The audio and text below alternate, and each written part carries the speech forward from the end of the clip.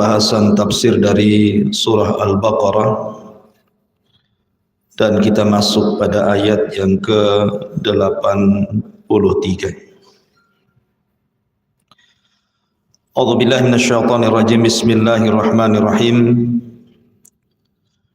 Wa idh akhadna mitsaqa bani Israil la ta'buduna illallah wa bil walidaini ihsana wa dzil qurba wal yatama wal masakini wa qulu lin nasi husna wa aqimus salata wa atuz zakata thumma tawallaitum illa qalilan minkum wa antum mu'ridun. Dan ingatlah ketika kami ambil perjanjian yang kuat dengan Bani Israel, yaitu agar kalian tidak menyembah kecuali kepada Allah, berbuat baik kepada kedua orang tua,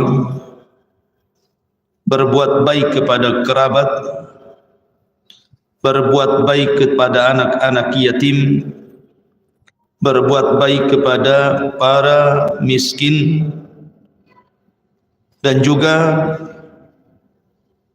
mengucapkan yang baik kepada manusia, kemudian menegakkan salat dan menunaikan zakat.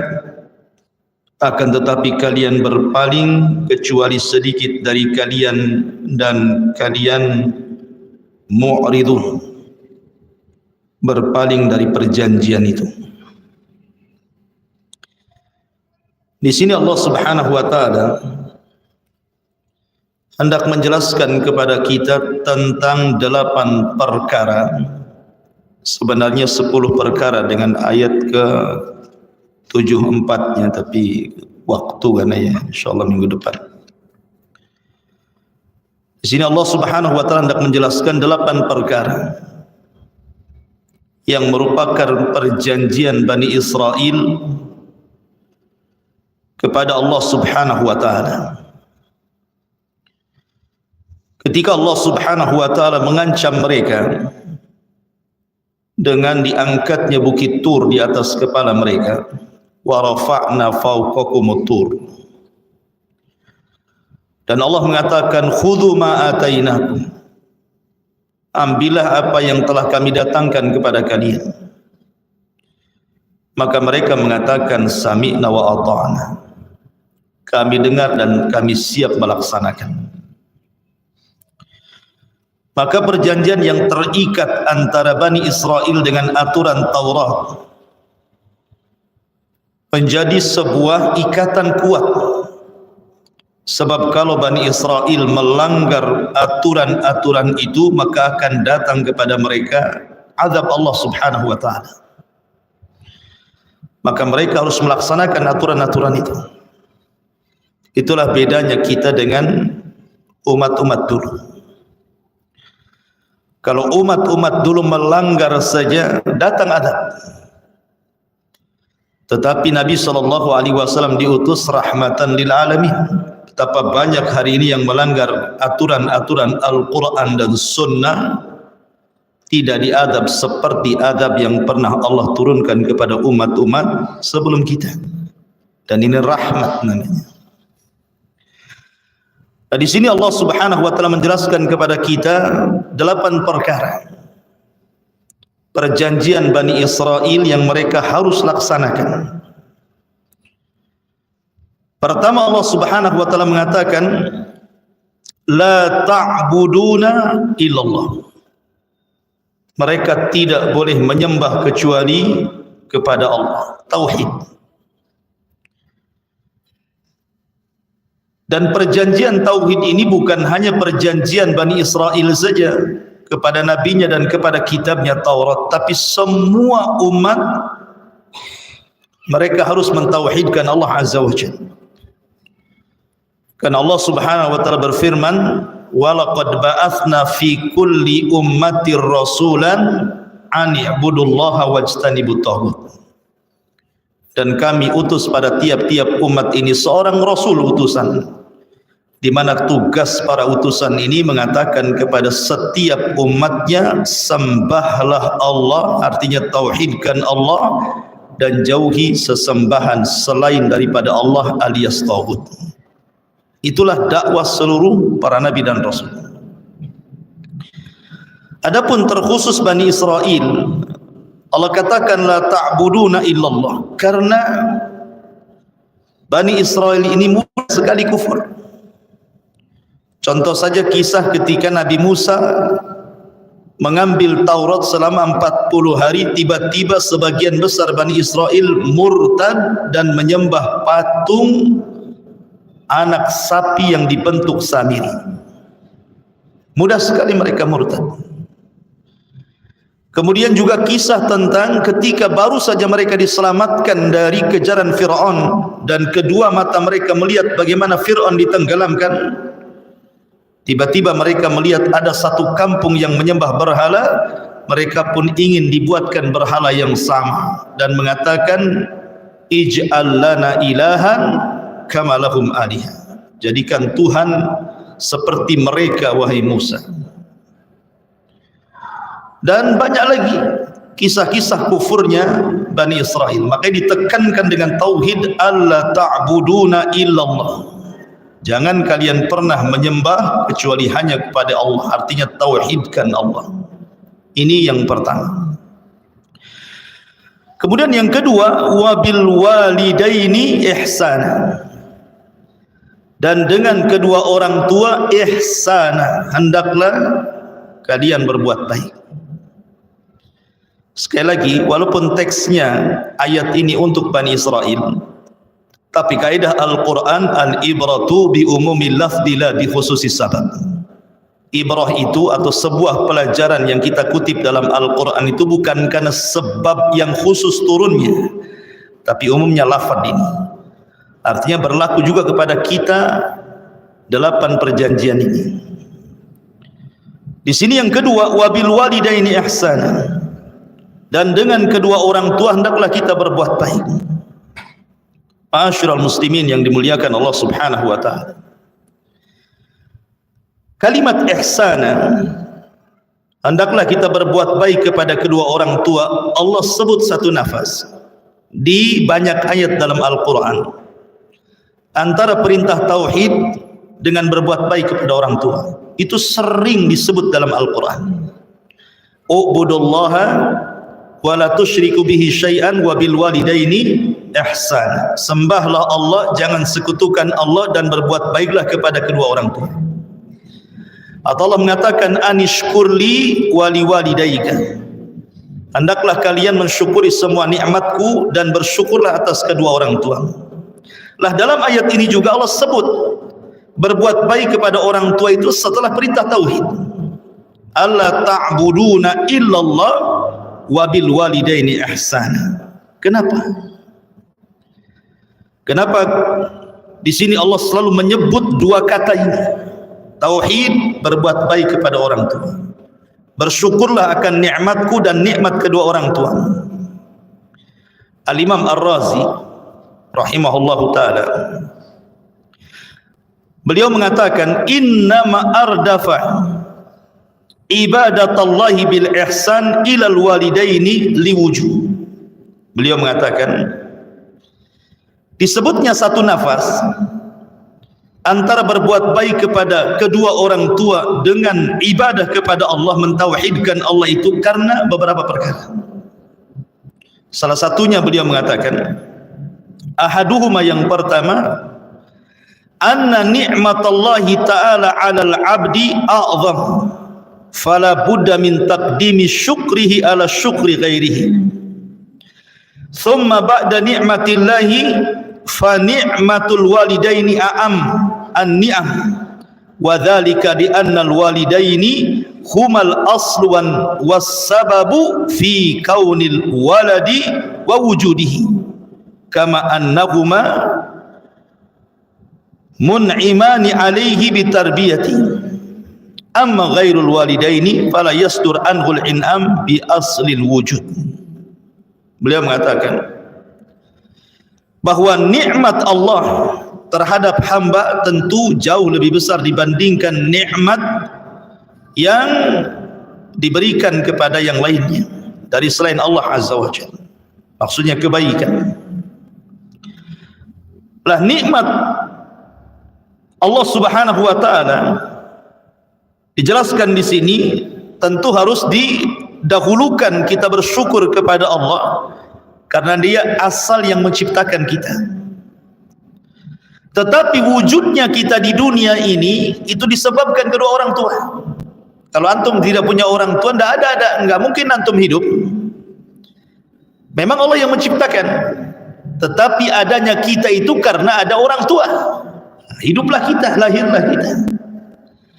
Sebab itulah makanya kenapa Allah iringkan antara tauhid dan berbuat baik kepada kedua orang tua. Ingat bahwa keberadaan kita itu disebabkan karena ada kedua orang tua.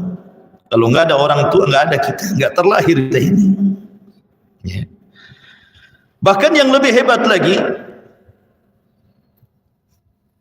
Nabi SAW mengatakan, kullu maulud yuladu alal fitrah, fa'abawahu yuhawidanihi au yunassiranihi au yumajjisanihi. Setiap bayi yang lahir itu terlahir fitrah kan. Bapaknya yang menjadikan dia Yahudi, bapaknya yang menjadikan dia Nasrani, atau bapaknya yang menjadikan dia Majusi. Tetapi tidak ada kalimat bapaknya yang menjadikan Islam, karena memang setiap bayi terlahir Islam. Tetapi dengan kita memiliki kedua orang tua yang keduanya sudah beragama Islam, maka ini nikmat yang sangat besar. Kita tidak terlahir di agama Nasrani, kita tidak terlahir di agama Yahudi ataupun Majusi. Coba kalau seandainya kita berada di lingkungan mereka, mungkin Anda tidak mendapatkan nikmat Islam. Dan ini nikmat terbesar. Al-yawma akmaltu lakum dinakum wa atmamtu alaikum ni'mati wa raditu lakumul Islam madina. Soal orang tua itu awam, tidak cerdas dalam pengetahuan agama, tetapi dengan lahirnya kita di lingkungan Islam ini nikmat besar. Antum harus bersyukur. Dan tidak ada yang bisa menandingi nikmat sebesar Islam di antara nikmat-nikmat yang lainnya. Ma'asyiral muslimin yang dimuliakan Allah Azza wa Jalla. Kemudian kata beliau yang kedua, bahwa annallaha la yutla bi in'amihi 'alal abdi iwadan albatta. Allah itu ketika memberikan nikmat, Allah tidak butuh kepada kita untuk mengganti nikmat itu. Allah tidak butuh mengganti nikmat Allah Subhanahu wa taala. Layaknya kita memberi, tentu kita ada harapan orang itu memberi lagi kepada kita. Jazaul ihsan ilal ihsan gitu. Balasan kebaikan kan kebaikan yang sama. Tapi Allah Subhanahu wa taala mengatakan dalam Al-Qur'anul Karim, "Ma nuridu minkum ayyut'imun." Kami tidak menghendaki kalian menyerahkan makanan kalian kepadaku. Artinya Allah Subhanahu wa taala ketika memberikan nikmat itu tidak berhajat kepada ganti daripada yang Allah berikan kepada kita. Cukup bersyukur saja. Salat, atau dengan cara nikmat itu diberikan di jalan Allah Azza wa Jalla. Lah sebagaimana Allah seperti itu, maka kebanyakan kedua orang tua pun mungkin seperti itu, kecuali mungkin ada beberapa orang tua yang tidak dirahmati Allah Subhanahu wa taala. Tetapi di mana-mana orang tua itu ketika mereka mentarbiah anaknya, menyekolahkan anaknya, membesarkan anaknya, keinginan mereka itu hanya satu, supaya anaknya jauh lebih baik kondisinya dibandingkan mereka. Itu saja kan. Dulu saya tidak sekolah, jangan sampai anak saya tidak sekolah. Itu bahasa orang tua. Ya. Sehingga di mana-mana orang tua itu, walaupun Anda sudah besar namanya, Anda sudah menjadi orang hebat, selebritis, dipandang manusia, dihormati manusia, orang tua itu tidak memandang jabatan kita. Orang tua itu hanya tahu bahwa Anda ini anaknya, itu saja. Ma'asyiral muslimin yang dimuliakan Allah Azza wa Jalla, sebab itulah maka kenapa Allah iringkan antara tauhid dan berbuat baik kepada kedua orang tua. Kemudian yang ketiga, annallaha la yamil minal in'ami 'alal abdi walau atal 'abdu bi a'dhamil jara'i. Allah itu tidak bosan memberikan nikmat kepada hamba walaupun hamba itu kurang ajar. Lihat orang-orang kafir, tetap saja Allah berikan rizki kepada mereka. Allah berikan makan, berikan minum, tempat tinggal yang bagus, usaha yang bagus, kesehatan yang bagus, walaupun mereka kafir. Maka sebagaimana Allah Subhanahu wa ta'ala juga tidak bosan ketika berbuat baik kepada hambanya dan rizki yang diturunkan kepadanya, maka terkadang ada sebagian orang tua pun sama. Coba ketika antum masih bayi itu, ada enggak orang tua bosan merawat antum? Malas saya campakkan aja anak ini. Ada, tetap ya dibesarkan antum. Tetap antum sudah tua begini. Ini jasa siapa gitu ya? Jasa orang tua. Makanya kenapa Allah iringkan dua kalimat ini? Makanya penting kita ini jazaul ihsan ilal ihsan. Sebagaimana orang tua sudah berbuat baik kepada kita, tolong berbuat baik kepada orang tua. Walaupun sampai kepada menyinggung perasaan, jangan sampai. Saya contohkan satu kisah. Ma'ruf, kisah siapa? Kisah Nabi Yusuf alaihi salatu wassalam. Di dalam surah Yusuf ayat ke-100 Allah Subhanahu wa taala berfirman, "Wa min qablu qad ja'alaha rabbi haqqan wa qad ahsana bi id akhrajani minas sijni wa jaa'a bikum minal badwi min ba'di an nazagha asyaitanu baini wa baini ikhwati inna rabbi latifun lima yasha innahu huwal alimul hakim." Dan dia, maksudnya Yusuf alaihi salatu wassalam, menaikkan kedua orang tuanya, siapa? Yakub dan juga ibundanya, ke atas singgasana, karena ketika itu Yusuf sudah jadi orang besar di Mesir. Dan mereka semuanya, maksudnya saudara-saudaranya yang pernah menyakiti Yusuf itu, 10 saudaranya itu, selain Benyamin, ya 11 selain Benyamin, itu 10 orang. Mereka tunduk bersujud kepada Yusuf alaihi salatu wassalam. Kemudian Yusuf berkata kepada ayahnya, "Wahai ayahku, inilah takwil mimpiku yang dulu. Dan sesungguhnya Tuhanku telah menjadikannya kenyataan." Karena ketika Yusuf kan bermimpi waktu kecil kan, "Inni ra'aitu asyara ahada asyara kaukaban wasyamsa wal qamara ra'aituhu li sajidin." Kan itu.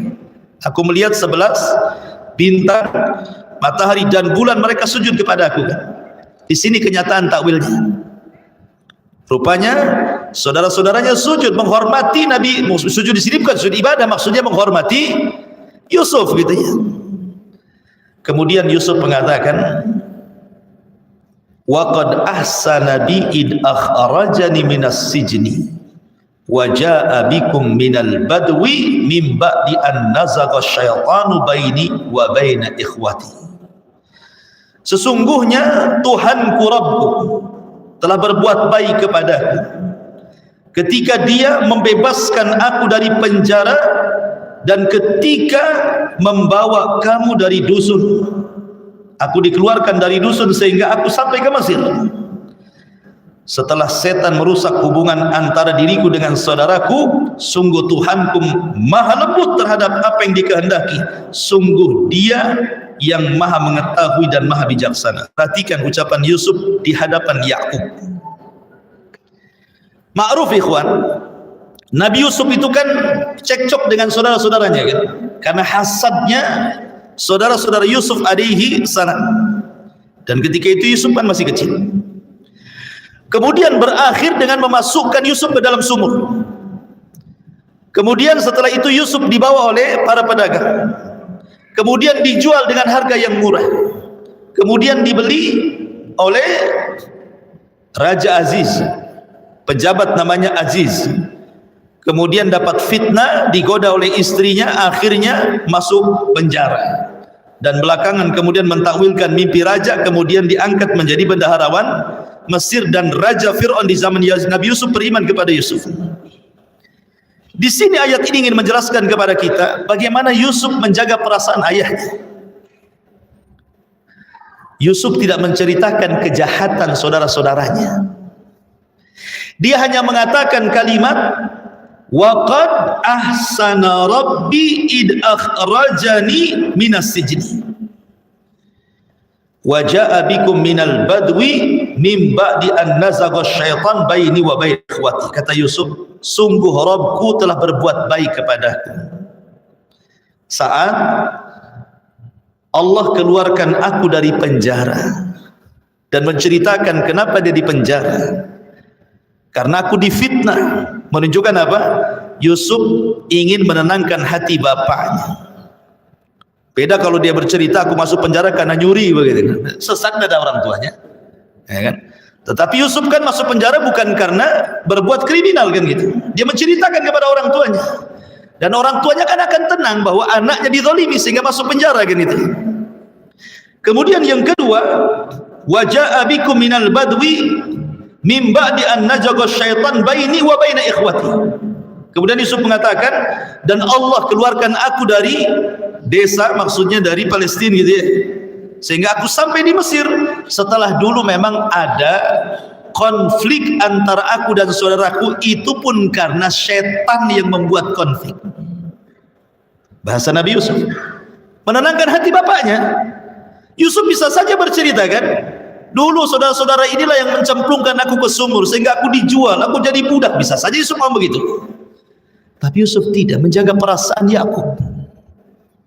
Dia hanya mengatakan secara global, Allah yang keluarkan aku dari desa itu sehingga sampai di Mesir, dan setan yang membuat aku konflik antara diriku dan saudaraku. Kan enak tuh bahasanya. Dari sini ikhwatu fiddin, betapa banyak hari ini kalau ada anak-anak bertengkar dengan sesama saudara kandung, orang tua menjadi tempat aduannya. Kadang-kadang orang tua jadi sakit gara-gara mikir anaknya. Betapa banyak orang-orang tua akhirnya sakit parah, akhirnya bahkan meninggal gara-gara mikir anaknya itu. La haula wala quwata illa billah. Jadi kalau seandainya ada konflik antar anak-anak, jangan sampai orang tua tahu, maksudnya begitu. Jaga perasaannya. Itu bagian daripada ihsan. Walaupun tidak dengan cara ucapan, dengan cara-cara raut muka lah. Kalaupun antum ada masalah, janganlah ditampakkan di hadapan orang tua gitu maksudnya. Karena itu bagian daripada ukuk perasaan. Menyinggung perasaan orang tua itu tidak ihsan. Maka bagian daripada ihsan adalah minimalnya memasukkan rasa senang di hati kedua orang tua. Ma'asyiral muslimin yang dimuliakan Allah Azza wa Jalla, ini makna wabil walidaini ihsan, dan tentu bukan hanya perasaan saja. Kita berbuat baik kepada kedua orang tua itu bil lisan, kemudian bil fi'li, bil ahwal, bil mal, itu penting. Dengan ucapan, dengan perbuatan, dengan menampakkan kondisi kita di hadapan orang tua, ataupun dengan harta kita. Jadi 4 perkara ini harus kita lakukan kepada kedua orang tua. Karena begini ikhwan, ada hadis Nabi SAW, inna atyaba ma akala rajulu min kasbihi wa inna waladahu min kasbihi. Kata Nabi SAW, yang paling baik sesuatu yang anda makan adalah hasil usaha sendiri. Hasil usaha kita, dengan keringat kita bekerja, kemudian dapat hasil kita makan. Itu sebaik-baik hasil pekerjaan. Kemudian Rasulullah mengatakan wa inna waladahu min kasbihi, dan semua anak yang terlahir itu usaha orang tua. Dalam riwayat Rasul mengatakan anta wa maluka li abik, hartamu dan dirimu milik bapakmu. Kadang-kadang kita ini menyedihkan hari ini ikhwan, ada di pengadilan sidang, tiba-tiba anak menggugat orang tuanya hanya gara-gara waris. Ada kan? Di mana akalnya? Cemana kemudian dia berkonflik dengan orang tua gara-gara harta? Loh, harta kita sendiri, badan kita dengan harta kita itu milik bapak kita. Bahkan kalau orang tua mengambil sesuatu dari harta kita, itu hak dia. Hak dia. Bukan hak kita. Bukan jangan dianggap itu utang loh ya. Bukan. Nggak ada urusan itu. Karena badan kita itu milik dia. Apalagi harta kita gitu. Makanya kewajiban kita itu berinfak kepada orang tua, berikan apa yang dihajatkan kepada orang tua. Kalau sesama istri, kita punya istri yang satu kasur dengan kita, yang satu rumah dengan kita, bagaimana kita ini memperlakukan istri kita? Harusnya orang tua jauh lebih hebat dibandingkan istri kita. Itu bagi laki-laki, karena hak orang tua itu jauh lebih besar dibandingkan hak istri, bahkan hak anak-anak. Ingat kisah tentang 3 orang yang terjerembab dalam sebuah gua. Masuk dia ke gua, tertutup tuh guanya, nggak bisa keluar dia, sehingga salah seorang di antara mereka mengatakan, kita harus bertawasul dengan setiap amal soleh kita yang pernah kita lakukan. Maka yang satu bertawasul dengan amal solehnya, kemudian mulai gua tergeser. Yang satu bertawasul dengan amal solehnya, kemudian gua mulai tergeser. Lah yang ketiga berbicara tentang orang tuanya. Dia mendahulukan orang tuanya dibandingkan anak istrinya. Rupanya pintu itu bergeser betul-betul, dan mereka bisa keluar. Maka ma'asyiral muslimin yang dimuliakan Allah Azza wa Jalla, penting kita berbuat baik kepada orang tua sekalipun orang tua kafir. Sekalipun orang tua kafir. Sa'ad bin Abi Waqqas, Sa'ad ibn Abi Waqqas radhiyallahu anhu, seorang sahabat Nabi. Ketika dia masuk Islam, orang tuanya tidak masuk Islam. Marah orang tuanya, memaksa Sa'ad untuk murtad. Saat kalau kau tidak murtad, ibu mau bunuh diri. Dengan cara apa? Mogok makan, tidak akan makan. Tentu orang tua melihat ibu kan prihatin kan itu ya.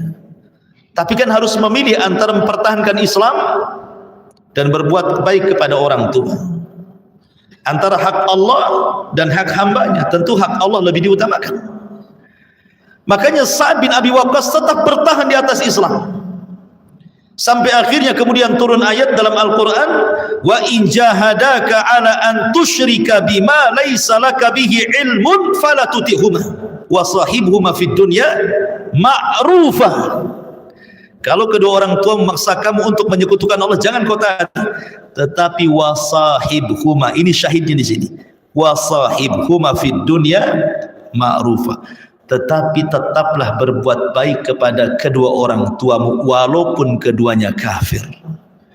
Kalau seandainya Allah Subhanahu wa taala mengatakan wasahibhuma fid dunya ma'rufa, kita tetap berbuat baik kepada kedua orang tua yang kafir, macam mana kalau orang tua kita ini beriman? Oh, yang kafir saja digitukan kan itu ya. Jangan sampai kita durhaka. Lah apalagi kalau kedua orang tua kita ini muslim dua-duanya. Nah, dari sini ikhwatu fiddin menunjukkan wajibnya kita berbuat baik kepada kedua orang tua, terutama mendoakan. Abu Hurairah radhiyallahu anhu itu kalau di pagi hari dia bangunkan ibunya kemudian mendoakan, semoga Allah Subhanahu wa taala mengampuni dosa-dosamu hai ummah, semoga Allah memberikan keselamatan. Didoakan sama Abu Hurairah radhiyallahu anhu, sebagaimana engkau telah merawat diriku sejak kecil, maka semoga Allah mengampuni dosa-dosamu. Pernah enggak antum setiap pagi mendoakan orang tua? Sekarang ini tidak ada alasan orang tua itu harus di rumah. Anggaplah orang tua antum di kampung.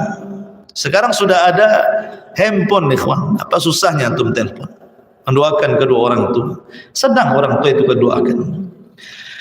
Ini yang kedua, perjanjian Allah Subhanahu wa taala dengan Bani Israil, wa bil walidaini ihsana. Dan kalau pembahasan ini terlampau banyak ya, kita singkat saja.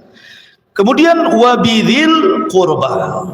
Wa bidzil qurba. Dan dengan kerabat. Kerabat itu adalah orang dekat kita, dan itu terbagi menjadi 3. Ada kerabat dari arah ayah, ada kerabat dari ayah ibu, ada kerabat dari 2 arah tadi, ayah dan ibu. Pertama, kerabat dari ayah, seperti umpamanya paman, paman sekandung dengan ayah. Yang kedua, paman sebapa dengan ayah. Ini disebut kerabat dari pihak ayah namanya ya. Kemudian dari pihak ataupun bibi. Bibi maksudnya saudari daripada ayah, baik sekandung ataupun sebapa. Ya. Begitu juga dari pihak ibu gitu ya. Ada paman seibu, ada bibi seibu.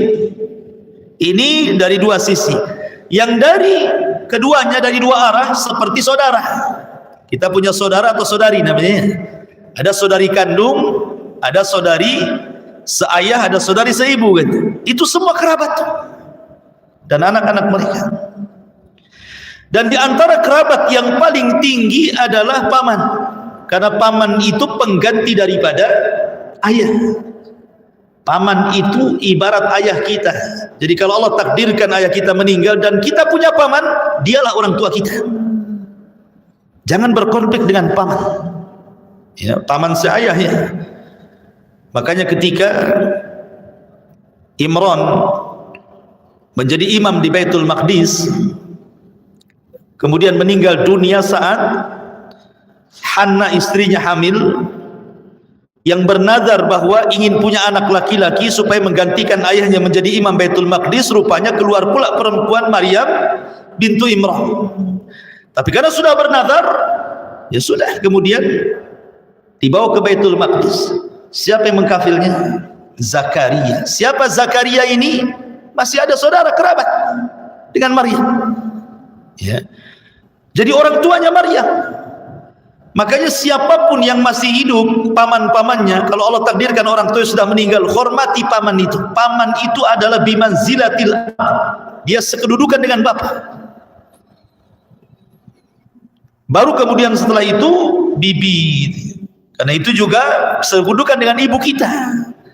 Baru setelah itu saudara-saudara sekandung, saudara sebapa, makin jauh makin jauh. Yang jelas bahwa Allah Subhanahu wa taala berfirman, yas'alunaka madza yunfiqun qul ma anfaqtum min khairin falil walidaini wal aqrabin. Mereka bertanya-tanya, ya Rasul, kalau aku punya harta kemana aku infakkan? Maka Allah jawab, katakan ya Muhammad, sebaik-baik kau nafkahkan infakmu kepada kedua orang tuamu, baru setelah itu kepada kerabat. Terkadang kita ini terbalik gitu ya.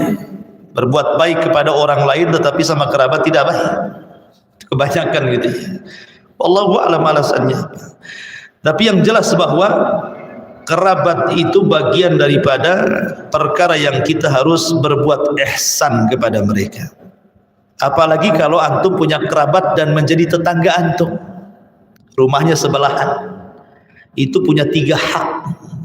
Ya.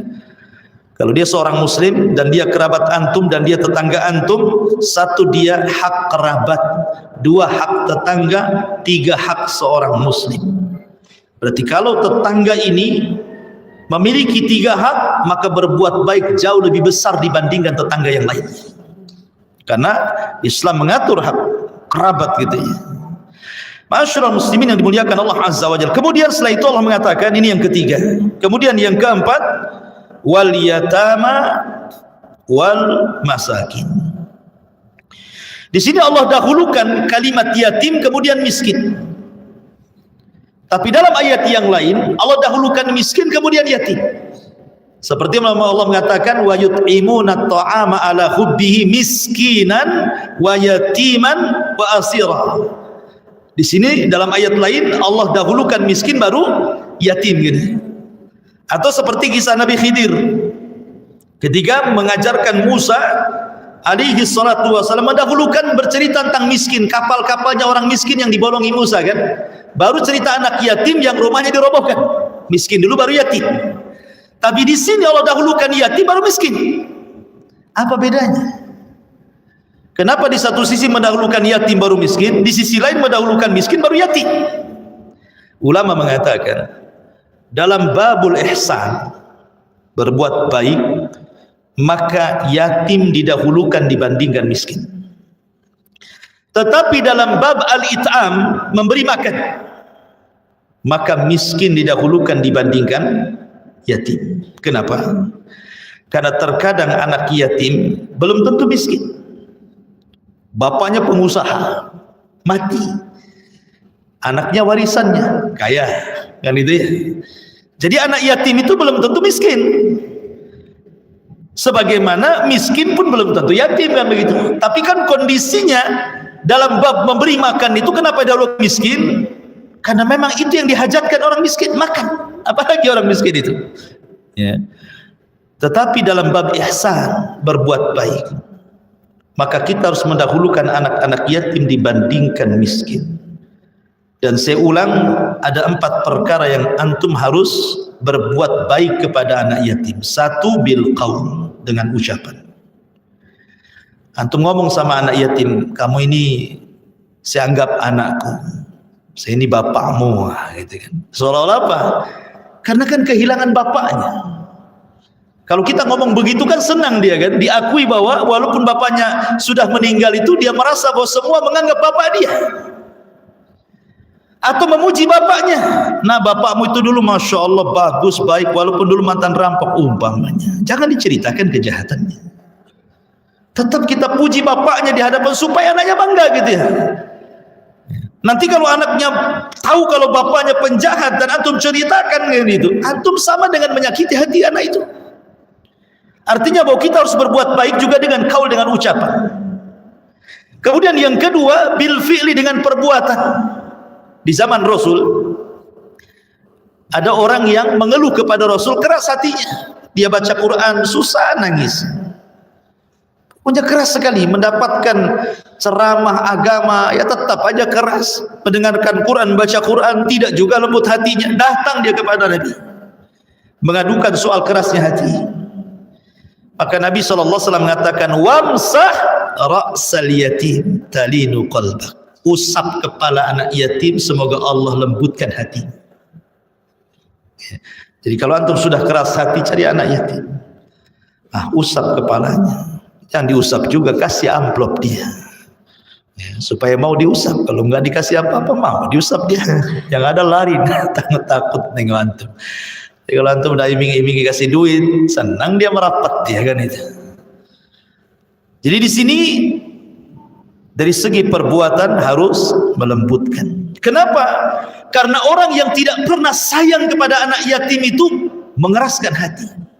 Ara'aital ladzi yukadzibu biddin fadzalika alladzi yadu'ul yatim wa la yakhuddu 'ala ta'amil miskin. Tidakkah kau lihat para pendusta agama? Kenapa orang itu bisa mendustakan agama? Karena keras hatinya. Kalau tidak keras hatinya, orang tidak mungkin mendustakan agama. Yang mendustakan itu keras hatinya. Makanya kata para ulama, kalaulah para pembesar jahiliyah di zaman Rasul itu memiliki rahmat sedikit saja kepada fuqara wal masakin dan kepada anak-anak yatim, niscaya mereka menerima dakwah Nabi. Tapi karena kerasnya hati orang-orang Arab jahiliyah di zaman Rasul, makanya mereka jadi para pendusta agama. Apa yang membuat keras hati orang itu? Karena mereka yadu'ul yatim, menghardik anak yatim, dan tidak menyuruh manusia untuk memberi makan fakir miskin. Maka dengan cara, kalau ingin melembutkan hati, usap anak-anak yatim kepalanya. Kemudian bil ahwal, maksudnya dengan kondisi kita, tampakkan keceriaan kepada anak yatim itu. Kemudian bil mal, maksudnya dengan harta, bantu dengan cara mengkafil. Kata Rasul, ana wa kafilul yatim fil jannati kahataini. Saya dan anak-anak yatim, pengkafil anak yatim itu seperti ini, kemudian dirapatkan 2 jarinya nanti di sorga. Makanya ada istilah, siapapun yang memasukkan anak yatim ke rumah antum pasti akan mendatangkan rahmat dan barakah. Pasti. Kalau antum memasukkan anak yatim ke rumah antum, ajak makan di rumah antum, pasti bawa berkah. Dulu di zaman Rasul ada seorang wanita namanya siapa? Halimah Sa'diyah dari Bani Sa'di, mencari anak susuan ke Mekah. Tidak menerima kecuali, tidak dapat kecuali 1 bayi yang ditolak semua ibu susu karena yatim dan miskin. Siapa? Bayi Nabi. Nabi SAW nggak ada yang mau menerima kecuali Halimah Sa'diyah. Dibawalah dia ke kabilah Sa'diyah, bawa berkah bagi keluarga Halimah Sa'diyah dan bagi kampung di Bani Sa'diyah dengan kedatangan Nabi SAW. Kenapa?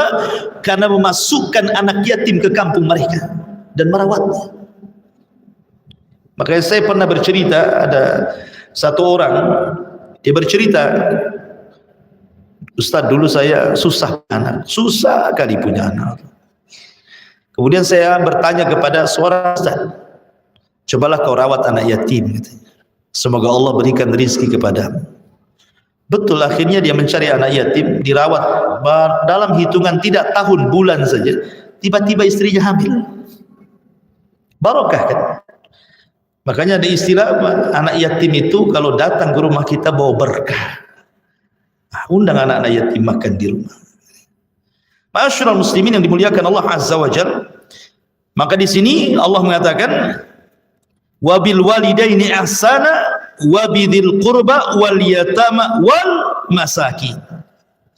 Dan juga berbuat baik kepada fakir dan miskin. Ikhwatu fillah muliakan Allah Azza wa Jalla. Abi Dzar radhiyallahu anhu,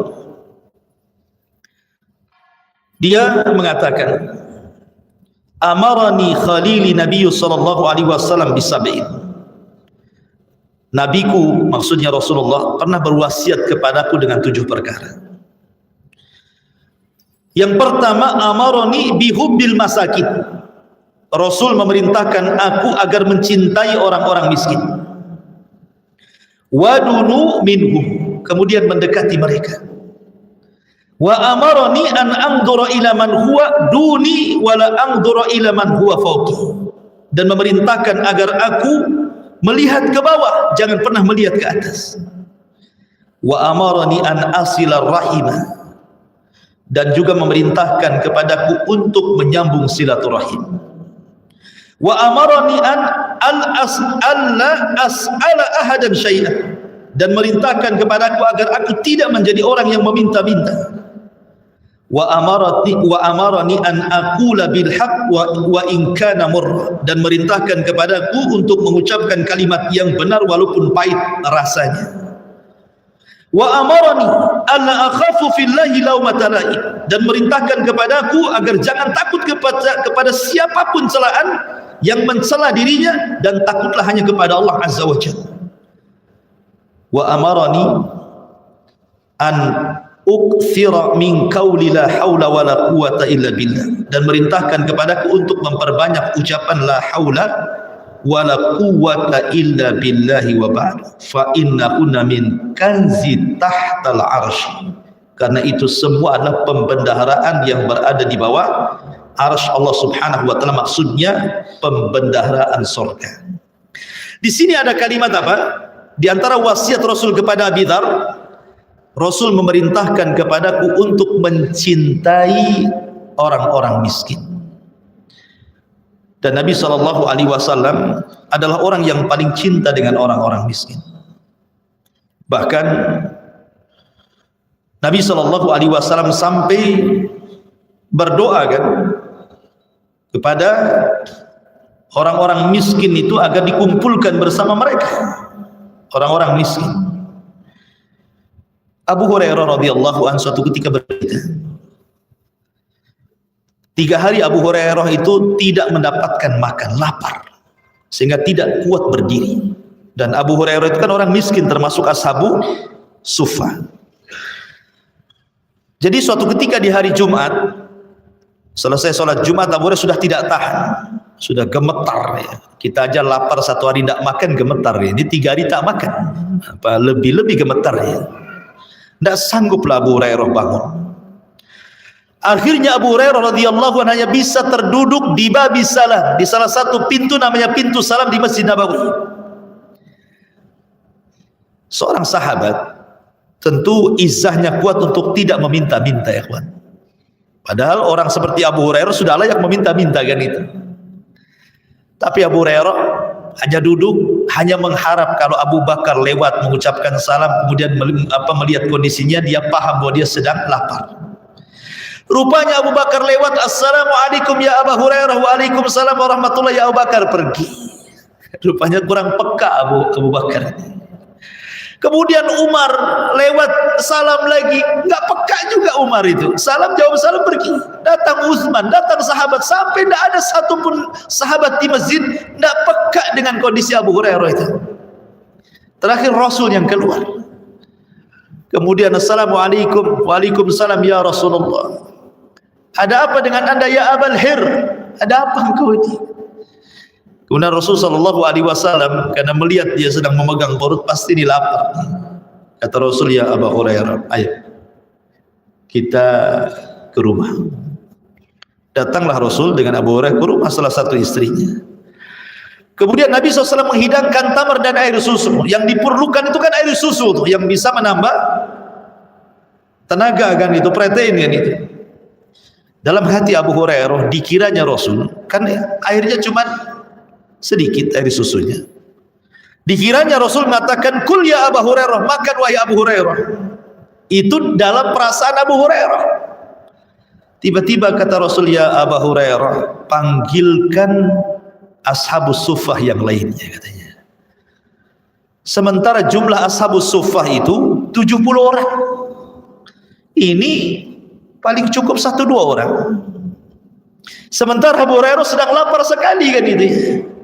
Tapi karena yang memerintahkan Rasul, terpaksa dia jalan lagi ke Masjid Nabawi, dipanggilnya ashabus suffah itu 70 orang itu. Kemudian masuk ke rumah Nabi, kata Rasulullah, isyrab. Akhirnya suruh minum. Subhanallah, susu itu mukjizat Rasul, dah habis-habis. Sampai akhirnya setelah semua orang minum, Abu Hurairah bengong. Jadi dia yang pertama, dia pula yang terakhir. Akhirnya setelah semua minum, semua makan, pergilah orang-orang itu, tinggal Abu Hurairah bersama Nabi. Kemudian kata Rasul, ta'al ya Abu Hurairah, ijlisuna. Sini, kamu duduk di sini. Kata Nabi SAW dengan sisa susu itu, isyrab ya Abu Hurairah. Diminumnya Abu Hurairah. Kata Rasul, isyrab, minum lagi Abu Hurairah, minum lagi. Isyrab, sampai katanya Abu Hurairah, demi Allah ya Rasul, sudah tidak ada tempat lagi di perutku ini. Kata Nabi SAW, kalau gitu kemarikan ina itu, bejana itu, diminum sama Nabi. Lihat bagaimana Nabi SAW sangat suka meminum bekas minumnya fuqara wal masakin. Itu syahidnya di sini. Ya. Karena apa? Karena kalau seandainya seseorang itu makan enak, sementara ada orang miskin, nyakiti hati orang itu sebenarnya. Nabi justru memakan bekas makanan orang-orang miskin. Betapa banyak orang-orang yang sekarang kelebihan makanan di rumahnya, padahal banyak orang-orang miskin dibuang di tong sampah sama dia. Sementara orang-orang miskin yang kelaparan ngorek-ngorek di situ cari makan, apa tidak menyakitkan hati mereka? Disitulah Nabi SAW mengajarkan kepada kita hubul masakin. Makanya kenapa Nabi SAW selalu berdoa kepada Allah Subhanahu Wa Taala agar menjadi manusia-manusia yang hubbal masakin. Allahumma ahyini miskinan wa amitni miskinan wahsyurni fi zamratil masakin. Dalam riwayat Nabi mengatakan, Allahumma inni as'aluka fi'lal khairah wa tarkal munkara wa hubbal masakin. Ini doa Rasul. Ya Allah, anugerahkan kepadaku cinta kepada orang-orang miskin gitu ya. Nah, ini bagian daripada misak Bani Israel dan Ibrah kepada kita. Wal yatama wal masakin, ada berapa itu? Tauhid, berbuat baik kepada orang tua, berbuat baik kepada kerabat, berbuat baik kepada anak-anak yatim, berbuat baik kepada fakir miskin, sudah 5. Kemudian yang 6, wa qulu linnasi husna, dan ucapkan kepada manusia itu dengan ucapan yang baik. Di dalam Al-Quran, ikhwan, ini menjadi sebuah kaidah bahwa kita ini harus mengucapkan sesuatu kepada manusia itu ucapan yang santun, dan itu banyak dalam Quran. Seperti umpamanya Allah Subhanahu Wa Taala mengatakan wala tanharhuma wa qul lahuma qaulan karima. Jangan kau bentak kedua orang tuamu, tapi ucapkan ucapan yang lembut. Atau Allah Subhanahu Wa Taala mengatakan fa wa ammas sa'ila fala tanhar. Dalam surah Ad-Duha Allah mengatakan wa ammas sa'ila fala tanhar. Adapun terhadap orang yang datang mengemis kepada Anda, jangan kau bentak. Kenapa? Qaulun ma'rufun khairun min sadaqatin yatba'uha adza. Ucapan yang santun jauh lebih baik daripada sedekah yang menyakitkan hati.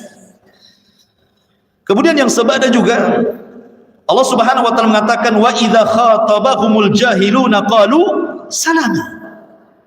Kalau ada orang-orang jahil mencaci maki, jangan dilayan. Kadang-kadang kita kan mudah sekali terprovokasi kan. Ada orang yang menghina kita, memfitnah kita, langsung dilayan. Tidak perlu, biarkan saja, diamkan saja. Lama-lama bosan sendiri kan gitu ya. Qalu salama, semoga Allah berikan keselamatan. Gitu saja. Ya. Ucapkan kalimat yang santun. Ya. Ataupun di sini Allah Subhanahu wa taala mengatakan wa qulu lin-nasi husna. Para ulama mengatakan akhlak itu ada di 4 tempat. Akhlak itu ada di 4 tempat. Badlun nada, wa kafful adha, wa ihtimalul adha, wa talaqatul wajhi. Pertama, badlun nada, membantu orang semampu kita. Itu akhlak. Kafful adha, mencegah orang dari berbuat kemungkaran, itu juga akhlak. Ihtimalul adza, sabar ketika ada orang menyakiti kita, itu juga akhlak. Termasuk wa talaqatul wajhi, wajah yang menyenangkan orang dengan tutur kata yang indah, dengan senyumnya, dengan tidak melototnya, orang senang. Itulah akhlak. Wa qulu lin-nasi husna. Maka ucapkanlah kepada manusia ucapan yang baik. Ikhwan, ucapan itu kan ada 2 macam. Atau ada 3 macam. Ada ucapan yang isinya pahala semua. Ada ucapan yang isinya dosa semua. Ada ucapan yang tidak berpahala, tidak berdosa. Ucapan yang berpahala, sebagaimana sabda Nabi SAW mengatakan, man kana yu'minu billahi wal yaumil akhir falyakul khairan aw liyasmut. Barang siapa yang beriman kepada Allah dan hari akhir, ucapkan ucapan yang santun, yang baik. Mengajak manusia ke jalan Allah, berdakwah, atau seorang muadzin yang sedang azan dan yang semacamnya, berzikir, baca Quran dan yang semacamnya, itu ucapan semua nilai pahala. Ada ucapan semua dosa, ghibah, mencela, mencaci, memfitnah, memaki dan begitu seterusnya. Ada ucapan yang tidak ada berpahala, tidak ada yang berdosa, tetap dicatat tapi tidak dihisab.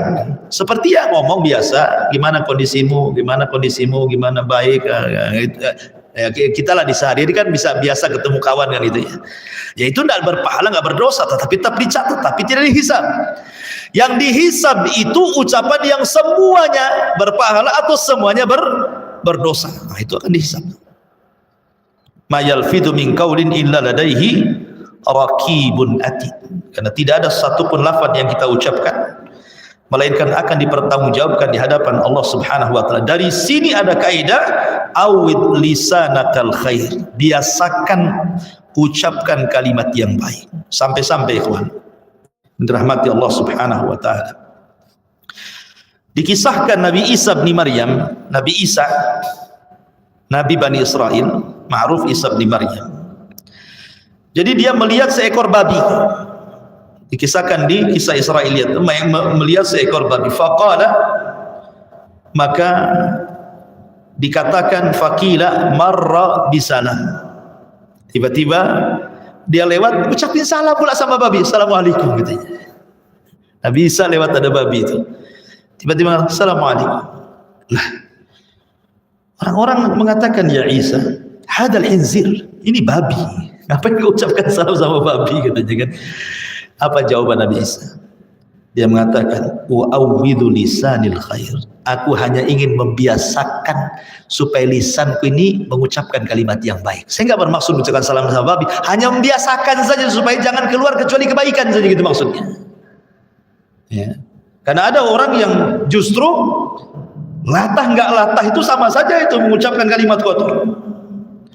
Makanya dijelaskan Al-Allamah Taqiyuddin As-Subki, seorang alim ulama Syafi'i, ma'ruf As-Subki.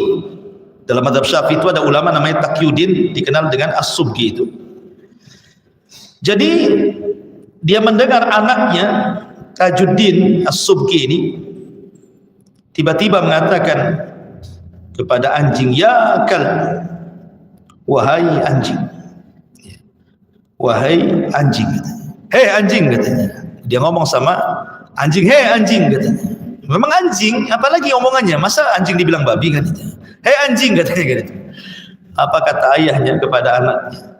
Wahai anakku, janganlah kau menghina anjing, tapi katakanlah ya kalbun ibni kalbin, katanya. Kan itu. Hai anjing anak anjing, katanya. Padahal sama anjing, yang satu sama babi kisah ini sama anjing. Tapi karena melihat anaknya Tajuddin ini merendahkan, walaupun itu seekor anjing, bapaknya mengatakan jangan. Tapi ucapkan dengan kalimat yang lembut, lirih. Hei anjing anak anjing, itu jangan. Hei anjing, bukan begitu maksudnya. Dari intonasi saja itu sampai-sampai ditegur gitu ya sama ayahnya. Kenapa? Membiasakan berbuat baik itu, mengucapkan kalimat yang santun. Karena terkadang kalimat yang kita keluarkan itu baik, cuman kadang-kadang intonasinya terlalu keras, jadi disangkanya kasar jadi ya kan. Jadi intonasi itu rupanya membedakan. Makanya penting itu intonasi dalam ucapan itu. Walaupun sebenarnya dua-duanya kasar juga. Anjing, anjing, sama saja kan. Intinya kan di situ ya. Tapi sebenarnya kan orang mendengarkan beda tuh cara ininya kan. Oh yang satu disangka guyon, yang satu mungkin jangan-jangan bentak saya kan gitu ya. Jadi penting soal intonasi bicara pun, bagaimana para ulama itu mengajarkan kepada kita, sampai kalimat anjing pun dibahas gitu ya oleh para ulama. Apalagi ada yang jahat, masa orang dibilang anjing? Zaman sekarang kan gitu, jelas-jelas orang dibilang anjing. Padahal kalau seandainya nih dia tidak dikatakan binatang, dikatakan dia mungkin karena pendek dikatakan hei pendek gitu, dikatakan tinggi hei tawil gitu, hei pohon kelapa kali tinggi, itu tidak boleh. Kenapa? Karena kita diciptakan, Adam itu diciptakan oleh Allah ala suratihi, di atas bentuk yang paling indah. Maka siapapun yang mencaci maki yang merupakan takdir Allah yang tidak bisa berubah, pendek tidak mungkin tinggi, tinggi tidak mungkin pendek, itu sama dengan mencela penciptanya, kata ulama. Kalau antum mencela sesuatu yang sudah Allah takdirkan begitu pada manusia, kita cela gitu ya, maka itu sama dengan mencela Allah yang telah menciptakannya. Karena Allah mengatakan laqad khalaqnal insana fi ahsani taqwim. Ma'asyiral muslimin yang dimuliakan Allah azza wa jalla, Allah mengatakan wa qulu lin-nasi husna. Kemudian Allah mengatakan wa aqimus salata. Kemudian yang nomor 7, dirikan salat. Dirikan salat. Ma'asyiral muslimin yang dimuliakan Allah azza wa jalla, salat ini ibadah yang diperintahkan kepada seluruh para nabi dan rasul, dan faedahnya banyak. Bisa mencegah dari perbuatan keji dan mungkar, seafdol amal setelah syahadat, bisa menghapus kesalahan, bisa mengangkat derajat orang yang melaksanakannya, termasuk sebab orang mudah masuk surga. Langkahnya saja kita ke masjid itu sudah bisa menghapus kesalahan dan mengangkat derajat. Kemudian Allah ampuni semua dosa-dosanya. Kemudian juga Allah subhanahu wa ta'ala akan mengutus para malaikat dan akan mendoakan kebaikan kepadanya, termasuk menunggu solat setelah solat dianggap solat. Nah, luar biasa. Termasuk juga orang yang Allah dahulukan masuk surga sebelum yang lainnya. Kemudian wa aqimus shalah wa atu az-zakah, dan juga menunaikan zakat. Kemudian Allah mengatakan tsumma tawallaitum, tapi kalian wahai Bani Israel, wahai orang-orang Yahud, kalian berpaling, illa kecuali qalilan minkum, sedikit dari kalian yang melaksanakannya, wa antum mu'ridun, dan kalian tetap kondisinya memalingkan. Karena orang-orang pilihan Bani Israel saja terkadang mereka kurang beradab dengan nabinya kan, apalagi orang-orang yang bukan pilihan. Orang-orang pilihannya saja kurang sopan sama nabinya. Seperti ketika saya bercerita kepada antum tentang kisah orang-orang yang menyembah patung anak sapi Samiri, itu orang-orang jahilnya, orang-orang awamnya. Orang-orang pilihannya nuqaba Bani Israel lain pula sul adab kepada Nabi Musa. Ketika mereka telah menyusul Nabi Musa ketika mendapatkan mandat Taurat, karena Taurat sudah diterima Musa baru mereka datang, Tiba-tiba mereka mengatakan lan nu'mina laka hatta narallaha jahra. Kami tidak akan beriman dengan kenabian wahai Musa sampai kami melihat Allah dengan kepala mata kami. Fa akhadhatkumus sa'iqatu wa antum tanzurun. Maka Allah kirim halilantar dan kalian melihatnya dan kalian mati semuanya. Itu orang pilihannya. Seperti itu. Apalagi orang-orang awamnya gitu ya. Itulah Bani Israel.